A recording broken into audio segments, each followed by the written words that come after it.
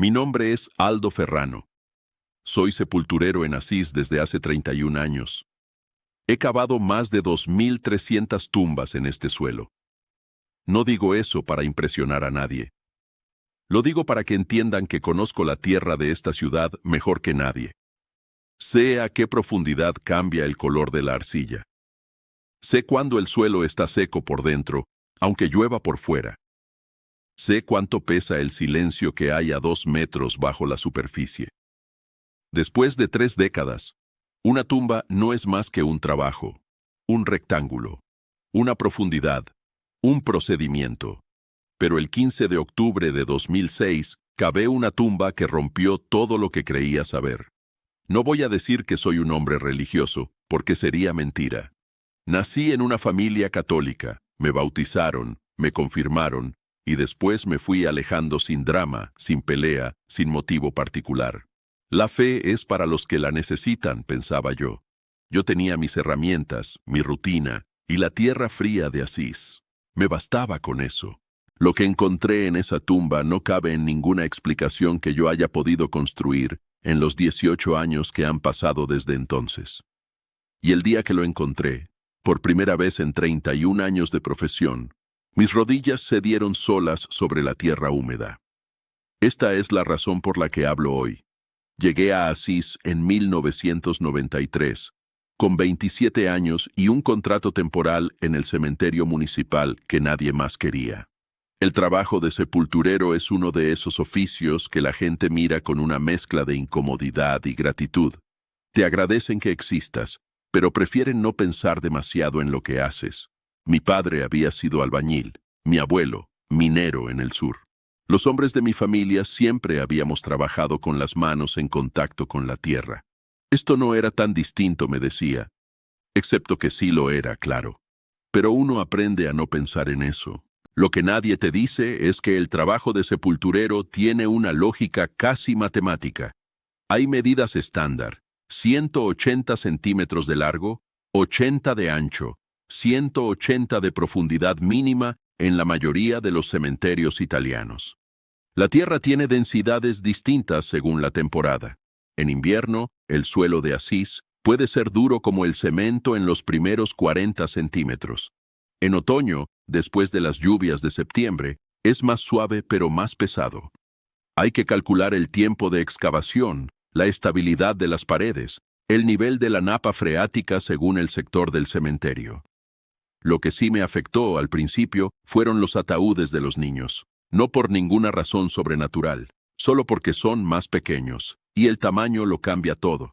Mi esposa, Giovanna, era enfermera en el hospital de Asís. Teníamos 2 hijos, Marco, que entonces tenía 12 años, y la pequeña Elena, que acababa de cumplir 9. Vivíamos en un apartamento de 3 habitaciones cerca del centro histórico. Los domingos hacíamos pasta al mediodía. Era una vida tranquila, sin complicaciones. Giovanna rezaba antes de dormir. Yo la miraba hacerlo sin decir nada. El martes 14 de octubre de 2006, el encargado del cementerio, un hombre llamado Filippo Moretti, me llamó al teléfono de casa pasadas las 8 de la noche. Eso ya era inusual. Filippo raramente llamaba fuera del horario de trabajo. Me explicó que al día siguiente había un entierro urgente. Un joven de Monza, 15 años, leucemia. La familia quería sepultura en la zona de Santa María de Los Ángeles, en el sector B, parcela 11. Me pidió que llegara a las 6 de la mañana para tener todo listo antes de las 10. Le dije que sí. Anoté los datos. Colgué. No pregunté el nombre. Para mí, en ese momento, era simplemente un encargo más. Un rectángulo de 180 por 80. Una profundidad de 180 centímetros mínimo. Una tumba como cualquier otra. Al día siguiente, el 15 de octubre, llegué al cementerio a las 5:55 de la mañana. La temperatura era de 7 grados centígrados.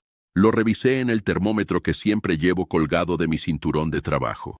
Octubre en Asís puede ser frío de madrugada, pero soleado al mediodía. Ese día el cielo estaba despejado, con algunas nubes muy altas que no amenazaban lluvia. Filippo ya estaba ahí, me señaló la parcela sin decir mucho. Llevé mi carretilla, mis palas, el nivel de burbuja para asegurarme de que las paredes quedaran perfectamente verticales. Empecé a trabajar. El primer golpe de pala fue normal. La tierra estaba húmeda en los primeros 10 centímetros, como corresponde después del otoño, pero no demasiado. Calculé unas 3 horas de trabajo para llegar a la profundidad requerida. Puse mi radio portátil en el borde del hoyo, en silencio, sin encenderla. Cuando trabajo, prefiero el silencio, pero yo aún no sabía lo que me esperaba. A los 45 centímetros de profundidad, la pala golpeó algo. No era una raíz. Conozco el sonido de una raíz bajo la pala. Es un crujido seco, a veces con resistencia y a veces no. Esto fue diferente. Un sonido más sordo, más denso. Me detuve. Pensé que quizás era una piedra. En este sector del cementerio hay algunas rocas calcáreas dispersas que aparecen a distinta profundidad según la parcela. No es inusual. Aparté la tierra con la pala más pequeña para ver qué era. No era una piedra. Era una caja de madera. Pequeña, de unos 20 centímetros de largo por 15 de ancho, con una tapa que había sido clavada pero que el tiempo había aflojado. La madera era oscura, casi negra por la humedad, pero completamente intacta.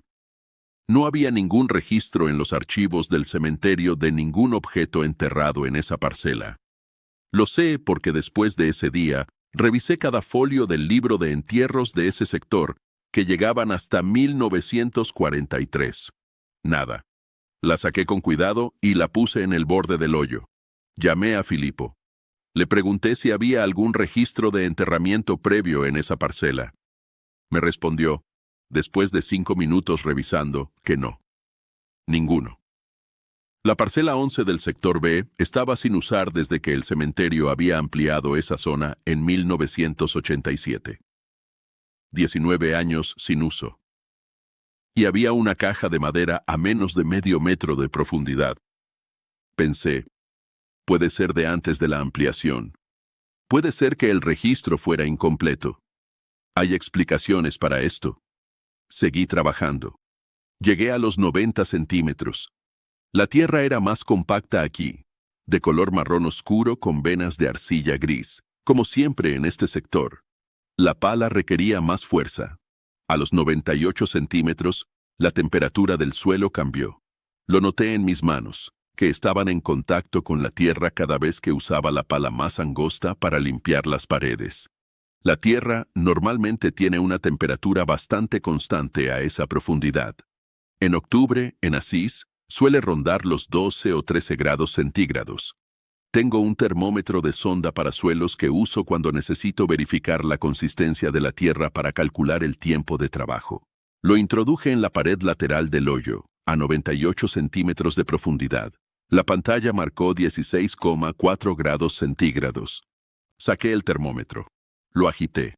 Lo volví a introducir en el mismo punto. 16,2 grados. Me incorporé. Respiré. Pensé, puede haber una tubería de agua caliente subterránea. Puede haber una variación geológica en este sector. Puede ser que el termómetro tenga algún error de calibración. Fui a mi carretilla y busqué el segundo termómetro de sonda que siempre llevo como repuesto. Este tenía calibración certificada del mes anterior, cuando lo había mandado a revisar. Lo introduje en el mismo punto. 16,6 grados. Verifiqué la temperatura en 3 puntos diferentes de la misma pared, todos a la misma profundidad. Las lecturas fueron 16,4, 16,1, 16,8 grados centígrados. Luego, medí la temperatura en la pared opuesta, a la misma profundidad. 11,3 grados. Normal. Una sola pared del hoyo, de 180 centímetros de largo y aproximadamente 30 de grosor de tierra, tenía una temperatura 5 grados más alta que el resto. Sin tubería visible. Sin explicación estructural. Me senté en el borde del hoyo y me quedé mirando esa pared durante 3 minutos. Después seguí cavando, porque eso era lo que había que hacer. Llegué a 1,30 m. Volví a medir. La temperatura en la pared anómala era ahora de 16,9 grados. Había subido en vez de bajar al profundizar. Filipo se acercó a ver el avance. Le mostré las mediciones. Las miró como miraría los números de un recibo de agua, sin entender muy bien qué significaban. Me dijo que quizás había alguna instalación eléctrica subterránea. Le respondí que en esa zona del cementerio no había ninguna instalación registrada más allá de la iluminación de los caminos, que discurría a 3 metros de distancia. Se fue a hacer otras cosas. Yo seguí. A 1,62 metros de profundidad, la pala golpeó algo por segunda vez. Esta vez no era madera. Era una especie de tela, gruesa, de textura densa, como un lienzo de lona, del color que tiene la tierra cuando lleva años en contacto con ella, marrón casi negro, con manchas de arcilla. La toqué con la mano enguantada, sólida, compacta. Tiré con cuidado. Era un saco, cerrado con una cuerda de cáñamo. Dentro había algo sólido y pesado. Lo saqué del hoyo. Lo puse junto a la caja de madera. Mis manos temblaban ligeramente. No de miedo, de algo que no sé nombrar. Una especie de anticipación. Seguí cavando. Llegué a 180 centímetros. Las medidas correctas. El fondo del hoyo era liso, las paredes verticales. El trabajo estaba hecho. Subí usando los escalones de madera que siempre traigo para ese propósito. Eran las 9:45 de la mañana. El entierro era a las 10. Me quedé mirando la caja de madera y el saco de lona colocados en el borde del hoyo.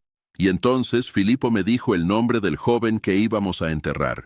Carlo Acutis. No me dijo nada más, solo el nombre. Y yo no sabía quién era Carlo Acutis. Nunca había escuchado ese nombre. Guardé la caja y el saco en mi caseta de herramientas con la intención de reportarlos y de que alguien determinara qué eran. Era el procedimiento correcto cuando aparecían objetos no registrados durante una excavación. Pero lo que descubrí después fue aún más inexplicable. El entierro de Carlo Acutis fue a las 10:15 de la mañana del 15 de octubre de 2006. Llegaron unas 120 personas, un número alto para alguien de 15 años. Eso ya me llamó la atención. Hay algo en los funerales que uno aprende a leer después de muchos años en este trabajo. La calidad del silencio. Los que lloran con la cabeza gacha y los que lloran mirando el ataúd. La distancia que la gente mantiene entre sí. En ese entierro, la calidad del silencio era distinta a la que yo conocía. No era el silencio del duelo habitual. Era más denso. Como si la gente estuviera conteniendo algo más que el dolor. Desde mi posición, a unos 12 metros del grupo, observé a la familia. La madre, una mujer de unos 40 años, de cabello oscuro, estaba de pie junto al ataúd con una serenidad que me pareció casi antinatural para alguien que acababa de perder a su hijo de 15 años. No digo que no lloraba, lloraba. Pero había algo en su postura, en cómo sostenía la situación, que no encajaba con la magnitud de lo que estaba pasando. El ataúd era de madera clara, sencillo, sin adornos excesivos. El sacerdote habló durante unos 12 minutos. Yo no escuché las palabras. Estaba pensando en la pared del hoyo con temperatura de 16,4 grados, y en la caja de madera y en el saco. Cuando terminó la ceremonia y bajaron el ataúd, yo me encargué de cubrir la tumba. Tardé unos 40 minutos. Mientras lo hacía, 2 jóvenes de unos 16 o 17 años se quedaron parados observándome. No hablaron entre sí, solo miraban. Terminé. Arreglé la tierra. Coloqué los primeros arreglos florales que había dejado la familia. Uno de los jóvenes se acercó a mí. Me preguntó si yo era el que había cavado la tumba. Le dije que sí. Me preguntó si había encontrado algo. Me detuve. Le pregunté cómo sabía eso. Me dijo que Carlo, semanas antes de morir, le había dicho a alguien en el hospital de Monza que en su tumba iban a encontrar cosas que él había dejado, que no había que preocuparse, que eran para la persona que cavara el hoyo. 9 días después de enterrarlo, llegaron los resultados que yo había pedido a través de Filipo. Una datación aproximada de los objetos encontrados en la parcela 11. La caja de madera tenía entre 15 y 25 años de antigüedad, según el análisis de la madera. El saco de lona tenía entre 8 y 15 años. Carlo Acutis nació el 3 de mayo de 1991. Tenía 15 años cuando murió. Si el saco tenía entre 8 y 15 años de antigüedad, había sido enterrado cuando Carlo tenía entre 0 y 7 años de edad. Y entonces entendí que alguien tenía que haberlo enterrado ahí antes, que esos objetos no eran accidentales, que alguien los había puesto en esa parcela específica antes de que la familia comprara el terreno para el entierro. Fui al registro del cementerio con Filippo y pasamos 2 horas revisando cada documento. La parcela 11 del sector B no había sido vendida a ninguna familia antes de octubre de 2006. Nunca. No había ningún registro de acceso autorizado a esa parcela fuera de las visitas de mantenimiento estándar. Y los objetos habían sido enterrados a 162 centímetros de profundidad. Una profundidad que requiere tiempo, herramientas, y no puede hacerse de manera discreta en un cementerio con personal de vigilancia. Llamé a Filippo esa noche desde casa. Le dije que había algo que no cuadraba. Le describí la situación completa. La temperatura anómala en la pared, la caja, el saco, la datación, la falta de registros. Hubo un silencio largo al otro lado del teléfono. Después me dijo, «Aldo, ¿tú has abierto el saco?» No lo había abierto. Me dijo que quizás debería hacerlo. Y entonces descubrí quién era realmente Carlo Acutis. Abrí el saco la tarde del 24 de octubre de 2006, 9 días después del entierro. Lo hice en la caseta de herramientas, solo, con la puerta cerrada. La cuerda de cáñamo estaba apretada, pero no imposible de desatar. Tardé unos 2 minutos. Dentro del saco había 3 cosas. La primera era un cuaderno de tapas azules, cuaderno escolar, tamaño estándar, del tipo que usan los estudiantes italianos de secundaria. El papel estaba amarillado por la humedad, pero las páginas no se habían pegado entre sí. Estaba escrito a mano, con letra pequeña y regular. La segunda era una fotografía, una impresión en papel fotográfico, de 12 por 17 centímetros. Mostraba un grupo de jóvenes en lo que parecía ser el patio de un colegio. Estaban riendo. En el centro había un chico de unos 10 u 11 años, de cabello oscuro, con una mochila en la espalda. La tercera era un rosario. Plástico simple, con cuentas blancas y una crucecita plateada. Desgastado en varios puntos, como si hubiera sido rezado muchas veces. Abrí el cuaderno por la primera página. En la parte superior, escrito con cuidado, decía, «Para quien encuentre esto, necesitarás paciencia para leerlo todo». Y debajo, una fecha, 28 de septiembre de 2006. Carlo Acutis murió el 12 de octubre de 2006. Este cuaderno había sido escrito 14 días antes de su muerte. Empecé a leer. No voy a reproducir aquí todo lo que decía, porque hay partes que pertenecen a la familia de Carlo y ya han sido comunicadas a quienes debían conocerlas. Pero hay una sección que tengo que contar, porque es la razón de que esté hablando hoy. En la página 11 del cuaderno, Carlo escribió lo siguiente. «La persona que cave mi tumba encontrará estas cosas. Puede ser que le cueste creer que llegaron ahí sin que nadie las llevara. Eso es lo que hará que le importe. Necesitará saber que la temperatura del suelo en ese lugar va a ser distinta a los lados. No sé la medida exacta, pero lo sabrá porque lo habrá medido». Me quedé con el cuaderno abierto en esa página. Releí la frase 3 veces. No sé la medida exacta. Él no había estado en el cementerio. No podía haber sabido que yo usaba termómetros de sonda. No podía haber sabido que iba a medir. Y aún así había escrito exactamente lo que yo iba a encontrar, incluyendo el hecho de que yo lo verificaría con medición, incluyendo su propia ignorancia sobre el número exacto. Ese detalle me destruyó más que cualquier temperatura inexplicable. Porque un impostor habría puesto el número.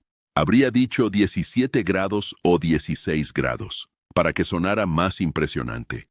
Carlo había escrito que no lo sabía, y esa honestidad sobre lo que no sabía era la cosa más imposible de fabricar. Me senté en el suelo de la caseta con el cuaderno en las manos. Pensé en mi hija Elena, que tenía 9 años y que en ese momento estaría haciendo los deberes en casa. Pensé en lo que significaría perderla. Y pensé en la madre de Carlo, con esa serenidad que yo había interpretado mal el día del entierro. No era antinatural, era otra cosa. Era de alguien que sabe, de alguna manera que no se puede explicar, que la historia no ha terminado. Cerré el cuaderno. Lo guardé. Fui a buscar más información sobre Carlo Acutis. Tardé 4 días en entender quién era. Había documentado más de 160 milagros eucarísticos de todo el mundo, construyendo una exposición itinerante que recorrió decenas de países. Lo había hecho con una competencia informática que, según varios testimonios, era excepcional para alguien de su edad. Había rezado la misa diaria, visitado enfermos, cuidado a personas sin hogar. Había dicho, en más de una ocasión, que la Eucaristía era su autopista al cielo, y había muerto de leucemia fulminante tipo M3 a los 15 años, ofreciendo su sufrimiento por el Papa y por la Iglesia. La segunda CTA va aquí, porque necesito que quien esté viendo esto entienda lo que significa suscribirse a este canal. No es solo un canal, es un lugar donde estos testimonios se preservan. Si no te has suscrito todavía, el botón está ahí. Te lo pido desde el respeto de alguien que tardó 18 años en poder hablar de esto. En la página 28 del cuaderno, Carlo había escrito algo sobre el rosario que encontré en el saco. Decía que ese rosario lo había rezado él desde los 8 años, que lo había perdido en enero de 2006, 9 meses antes de morir, que no había podido encontrarlo a pesar de buscarlo, y que después lo encontró exactamente donde lo había puesto la primera vez que lo buscó, que no tenía explicación, pero lo que hice después sorprendió a todos los que me conocían. No hablé de esto durante meses. Giovanna notó que algo había cambiado. Me lo dijo una noche de diciembre, mientras yo estaba sentado a la mesa de la cocina después de cenar, mirando la ventana sin ver nada particular. Me preguntó qué me pasaba. Le dije que nada, que estaba cansado. Ella no me creyó, porque después de 16 años de matrimonio, Giovanna sabe perfectamente cuándo le estoy mintiendo. Seguí trabajando.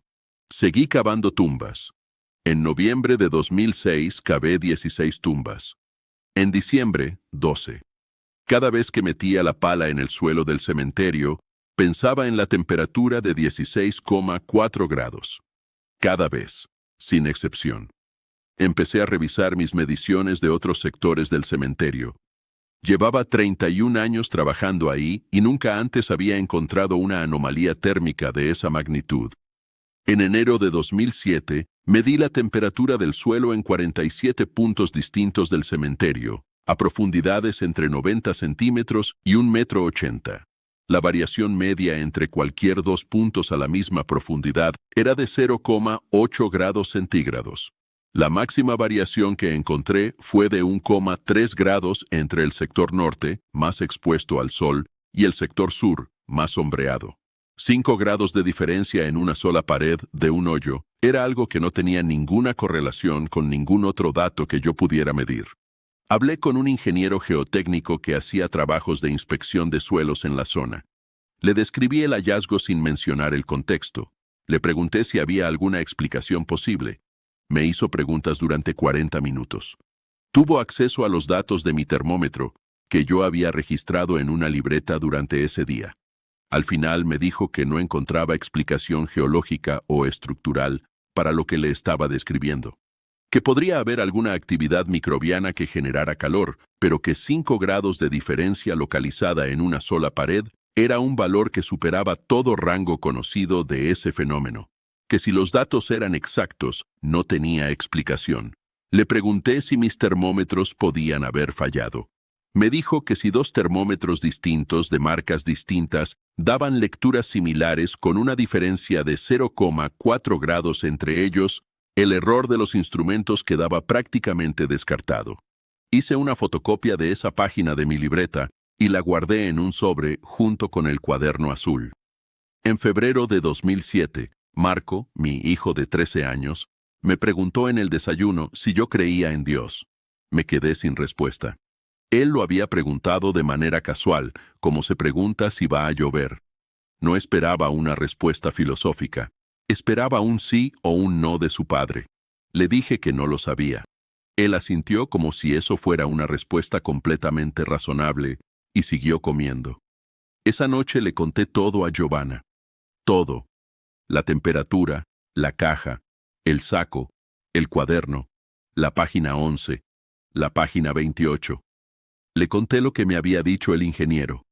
Le conté lo que me había dicho el joven en el entierro. Hablé durante 2 horas. Giovanna escuchó sin interrumpirme. Cuando terminé, me preguntó, ¿por qué no me lo habías dicho antes? Le respondí que no sabía cómo decirlo sin sonar como alguien que ha perdido el juicio. Me dijo, Aldo, llevas 4 meses sin dormir bien. ¿Y te preocupa sonar? Tenía razón. La primera vez que hablé del tema públicamente fue en junio de 2008, en una charla informal que organizó un grupo de laicos católicos en Asís. No me habían invitado como experto en nada. Me invitaron porque alguien que conocía a Filippo sabía que yo había cavado la tumba de Carlo y quería escuchar mi experiencia. Eran unas 40 personas en una sala de la parroquia de San Pietro. Hablé durante 45 minutos. Mostré la fotocopia de las mediciones. No mostré el cuaderno porque aún no lo había entregado. Cuando terminé, el silencio duró unos 10 segundos. Después una mujer de unos 70 años, sentada en la primera fila, me preguntó, ¿y usted ahora cree? No supe qué decirle en ese momento. En marzo de 2010, un sacerdote de la diócesis de Asís, el padre Renato Ferretti, me contactó a través de Filippo. Me explicó que el proceso de beatificación de Carlo Acutis estaba en marcha y que mi testimonio podía ser relevante. No para el proceso formal, que seguía sus propios procedimientos, sino para documentar la serie de experiencias vinculadas a Carlo. Tuve 3 conversaciones con el padre Ferretti. En la tercera, le entregué el cuaderno. No porque me lo pidiera, sino porque sentí que ya no me pertenecía a mí. En octubre de 2020, el Papa Francisco beatificó a Carlo Acutis en Asís. Yo estaba en la plaza. Había un cielo despejado, temperatura de 17 grados centígrados, 24,000 personas presentes según los datos oficiales de la diócesis. Cuando el Papa pronunció el nombre de Carlo Acutis beato, me di cuenta de que había estado conteniendo algo durante 14 años. Me refiero a una conclusión que mi cabeza rechazaba, pero que mis manos, que habían medido aquella pared en octubre de 2006, ya habían aceptado mucho antes. Lloré. No voy a decir que no lloré. Y hoy, tantos años después, sigo sin poder explicar lo que sentí. Hoy tengo 61 años. Sigo trabajando en el cementerio de Asís, aunque desde hace 3 años lo hago a tiempo parcial. Marco tiene 31 años. Trabaja en Milán, en una empresa de ingeniería. Elena tiene 28 años y está haciendo un doctorado en Bolonia. Giovanna sigue siendo enfermera. El 7 de septiembre de 2025, el Papa León XIV canonizó a Carlo Acutis en Roma durante el jubileo. San Carlo Acutis, el primer santo del siglo XXI, nacido en los años 90. Yo estaba en Roma ese día.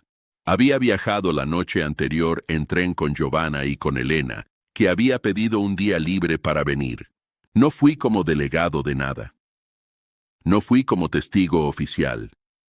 Fui como sepulturero de Asís que, 31 de años de cavar tumbas, encontró algo que no puede explicar y que ha tardado casi 2 décadas en encontrar las palabras para contarlo.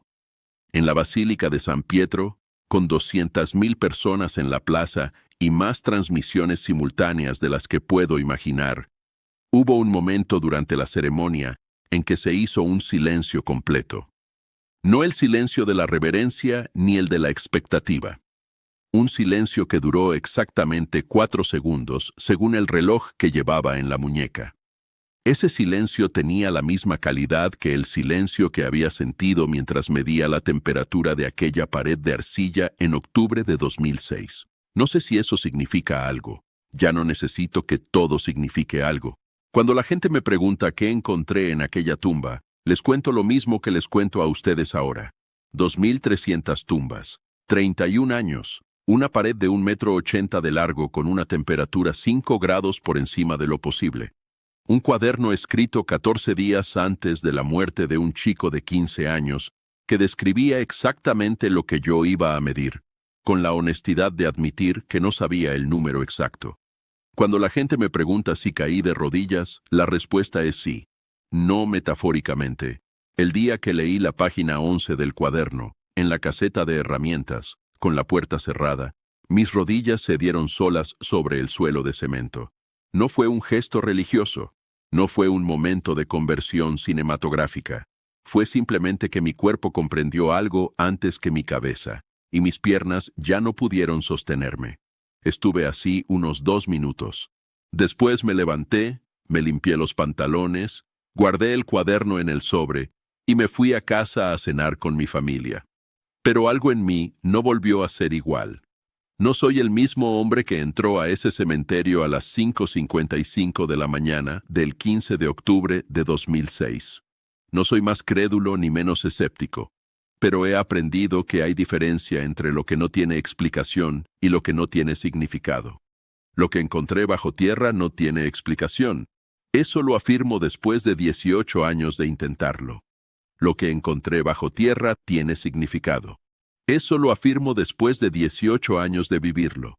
Y lo que le digo a los jóvenes cuando me preguntan, lo que le digo especialmente a los que trabajan con las manos, a los que tienen oficios que el mundo mira sin ver, es esto.